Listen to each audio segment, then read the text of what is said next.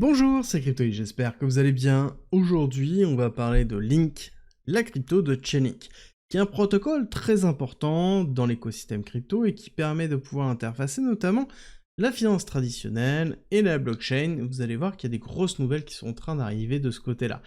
D'autre part, on est dans un setup très particulier au niveau du prix, que ce soit par rapport à Bitcoin, que ce soit par rapport au stablecoin USDT, bref, tout ça pour vous dire qu'il y a beaucoup de choses à voir au niveau de Link, et que c'est intéressant de se poser les bonnes questions, et c'est ce que l'on va faire ensemble dans cette vidéo. Si jamais vous aimez ce type de vidéo, n'oubliez pas, c'est simple, likez, partagez, abonnez-vous, et dites-moi d'ailleurs en commentaire quelle est la prochaine que vous voulez que j'analyse, certainement la semaine prochaine.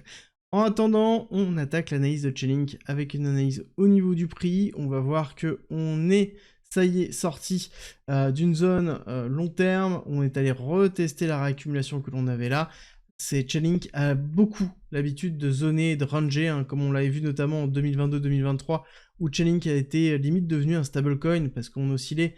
ici entre les 4$ et hop, les 9$, mais c'était voilà, très long, très très fort, et ensuite on est sorti, on est allé retester cette accumulation, et on a fait une réaccumulation avant de repartir, et là on est allé retester cette accumulation-là, avec un mouvement très fort, très puissant, mais on n'est pas allé chercher la partie basse, donc on a bien maintenu ici la structure qui est plutôt toujours haussière, hein. La structure on la voit bien, elle est là, accélération, retracement, accélération, retracement. Retracement qui est plus fort que le retracement précédent, ok.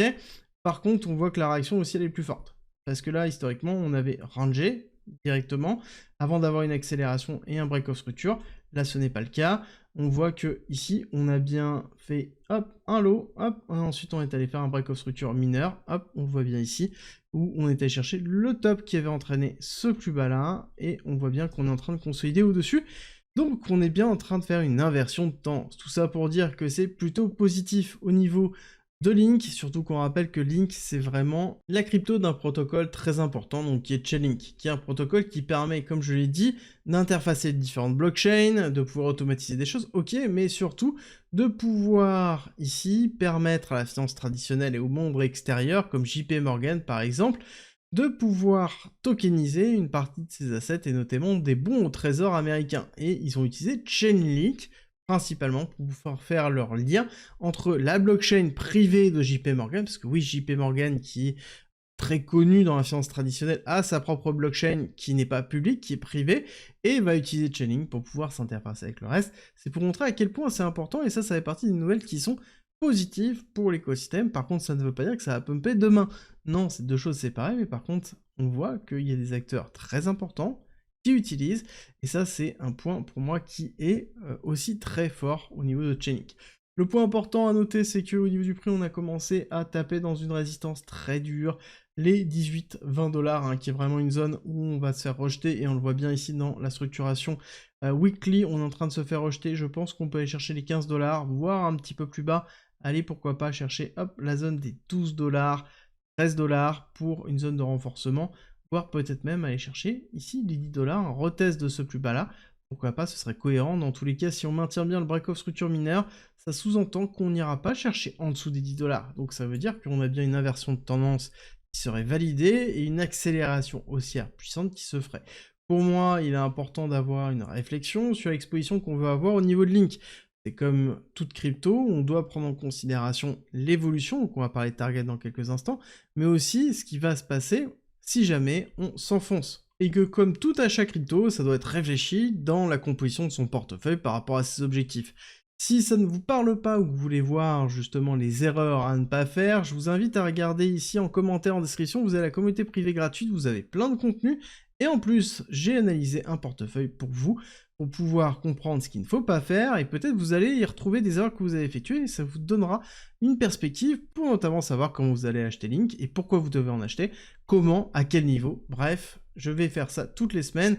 quasiment toutes les semaines, vous proposer des nouveaux portefeuilles à analyser pour que vous puissiez progresser. En attendant, on va regarder Link versus BTC, donc qui va nous donner la force, la surperformance ou la sous-performance de Link par rapport à Bitcoin, très important. Bitcoin, c'est un peu le métronome de l'ensemble de la crypto, et donc il est très important de se comparer à ça. Et on voit deux choses. La première, c'est qu'on est toujours en cale de compression, qu'on a tiré d'ailleurs depuis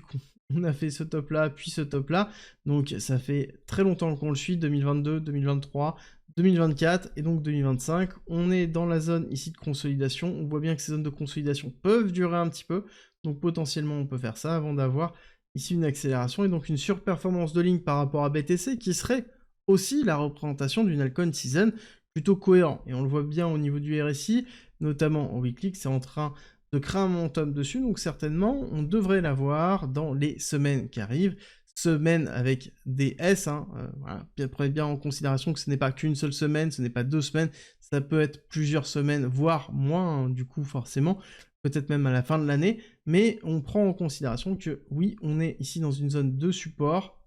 d'oblique, ok, mais on est aussi dans une zone de support flat, qui est plutôt cohérent, on voit bien, on est dans quelque chose qui a tenu longtemps, et donc qui serait propice pour aller chercher le haut d'oblique, et le haut de canal, et le haut de compression, pour une surperformance de Link par rapport à BTC. Si on se reconcentre sur Link, et qu'on a compris les zones potentiellement intéressantes, on voit aussi qu'au niveau du RSI, le momentum est plutôt positif, et ce que l'on va aimer, et ce que l'on va vouloir voir, ça va être chercher des niveaux clés comme les liquidations qui sont dans les 27 $ ici, et ensuite dans les 30 $ pour bien marquer une accélération haussière. Les 30 $ nous entraîneraient certainement les 38 $ comme prochaine target, et là à court terme, ce qui serait très bien, enfin court terme, moyen terme,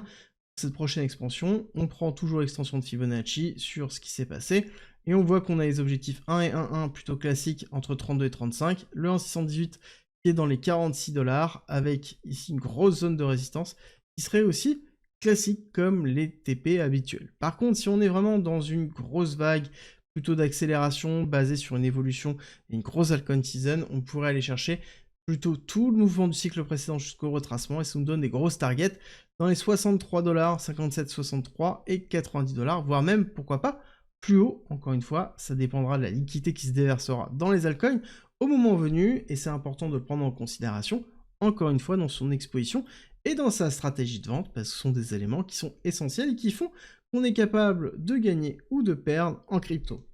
Je terminerai juste par dire que ce type de nouvelles que l'on voit là par rapport à JP Morgan, je pense que c'est quelque chose qui est juste nouveau et qui est que le début de ce qui va se passer. Chainlink,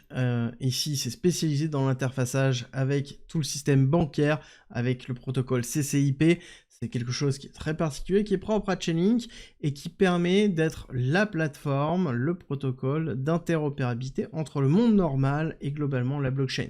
Et la blockchain, on voit bien qu'il y a une utilité très forte dans la finance traditionnelle et je pense qu'on va avoir une utilisation